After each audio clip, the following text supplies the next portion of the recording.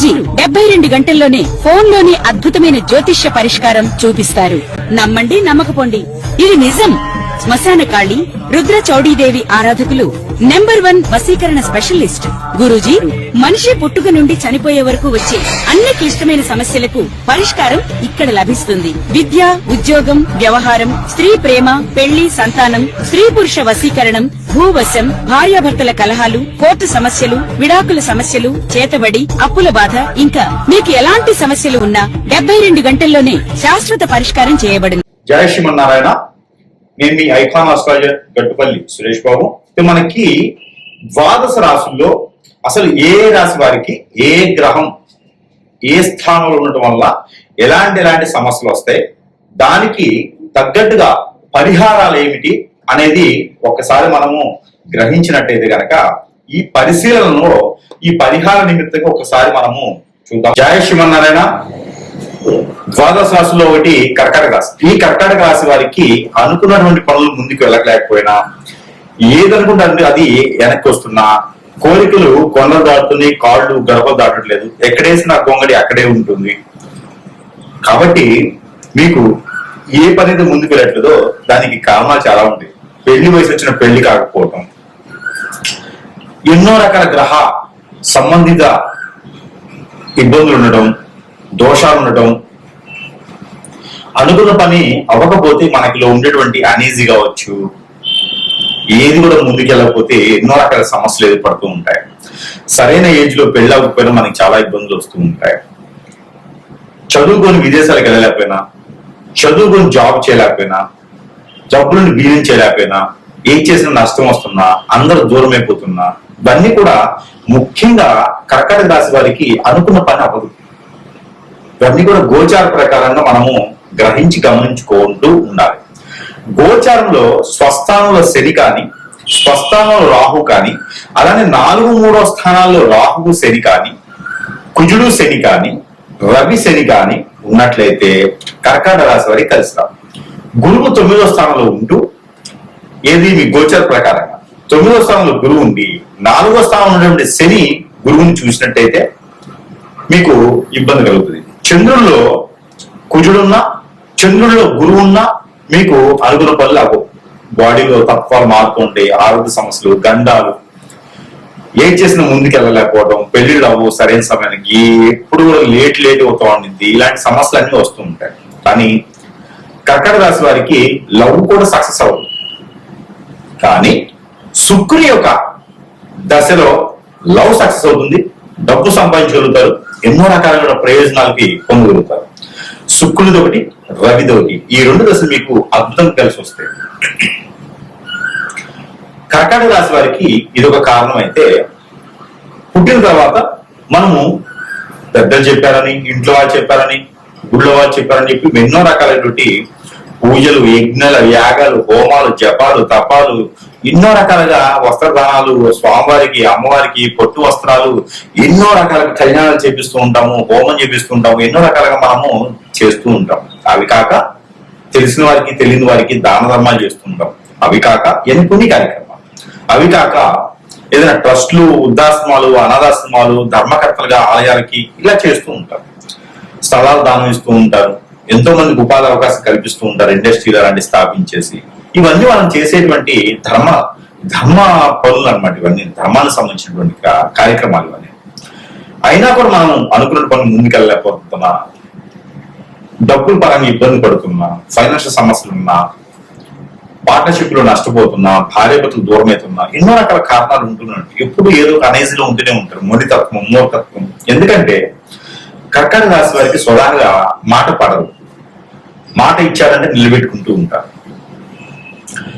మాట ఇస్తే నిలబెట్టుకుంటూ ఉంటారు. మాట పడరు కాబట్టి వెనకంజు వేయరు, మడిని తిప్పరు, మాట మీద నిలబడతారు. ఎవరికి ఇస్తాను అంటే ఖచ్చితంగా తల తాగడ పెట్టేనే ఇస్తారు.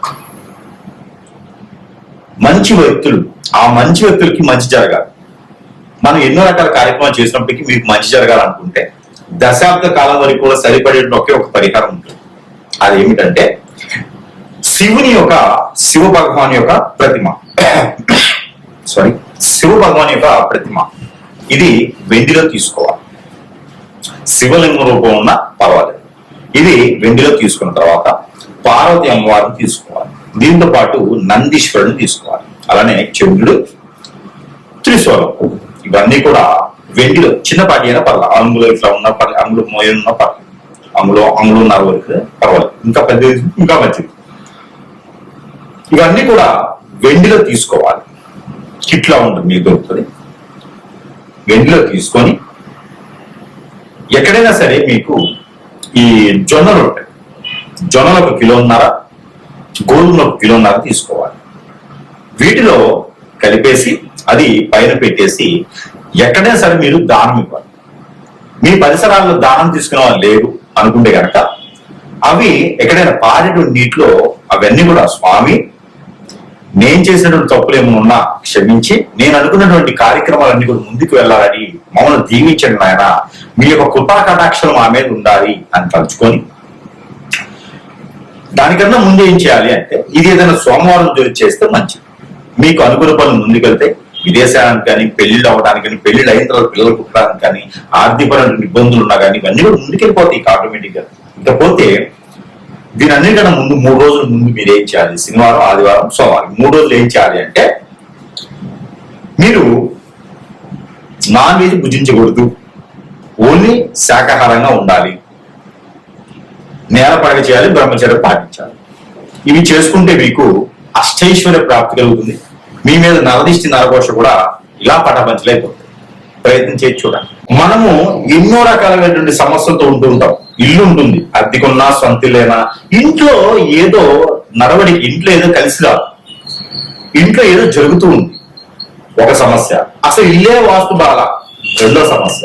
ఇంట్లో కీచులు ఆడుకోవడం, ఇంటికే ఏదో చేయించారండి, చేతకోవడం, ఇట్టడేమో ఏదో చేయించేశారు, ఇల్లు ఎదకుండా చేసేసారు, చెట్టుకోలు కొట్టుకోలు అయిపోయినారు, ఇంట్లో గొడవలు ఎప్పుడు అవుతున్నాయి, ఇంట్లో సుఖంగా ఉండడానికి లేదండి, ఏదో జరుగుతూనే ఉంది, ఇంట్లో ఏదో నెగిటివ్స్ ఉన్నాయి, చెడు క్రియ జరిగింది, ఇంట్లో అంతా నెగిటివిటీగా ఉంది.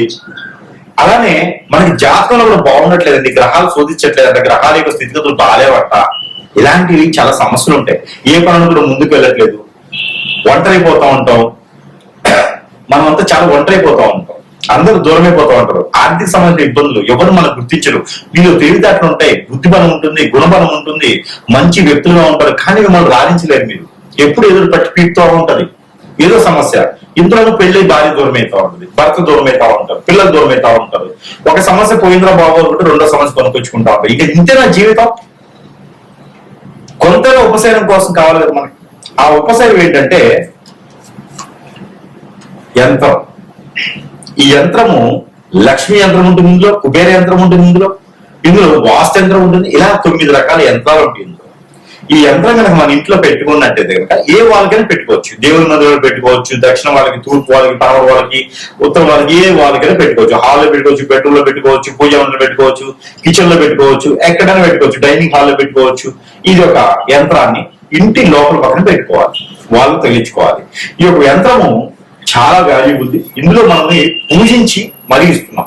ఇది మన ప్రేక్షకుల కోసము పూర్తిగా నా తరపు నుంచి ఉచితంగా ఇస్తున్నాం. ఈ యంత్రాన్ని పూర్తిగా ఉచితంగా మన ప్రేక్షకులు అందరూ బాగుండాలి, అందులో వారే ఉండాలని ఒక సంకల్పంతో, శుభ సంకల్పంతో ఈ యొక్క యంత్రాన్ని నేను పూర్తిగా ఉచితంగా ఇస్తున్నాను. ఎవరికైనా కావాలి అనుకుంటే, మీకు అన్ని రకాల సమస్యలు పోవాలనుకుంటే కొంచెమైన ఉపశమనం దొరుకుతుంది. కాబట్టి ఈ యంత్రాన్ని మీరు మన దగ్గర లభ్యపడుతుంది. మీకు మీ వద్దకు చేర్చేటువంటి రుసుములు మాత్రమే నేను తీసుకుంటున్నాను, అంటే దారి ఖర్చులకు మాత్రమే తీసుకున్నాను తప్పితే యంత్రానికి మాత్రం డబ్బులు తీసుకోవట్లేదు, ఉచితంగా ఇస్తున్నాను. ఎవరికైనా కావాలంటే కూడా సంప్రదించండి. ఈ యంత్రంకి ధూప ద్వీప నైవేద్యం పెట్టినా పెట్టకపోయినా పర్వాలేదు, 3 రోజులు పెడితే చాలు. కాబట్టి ఈ యంత్రాన్ని ఎవరికైనా కావాలి అంటే కూడా ఫోన్ కాంటాక్ట్ ద్వారా యంత్రం పంపించడం జరుగుతుంది. కాబట్టి ఎవరికైనా కావాలంటే సంప్రదించండి. జై శ్రీమన్నారాయణ.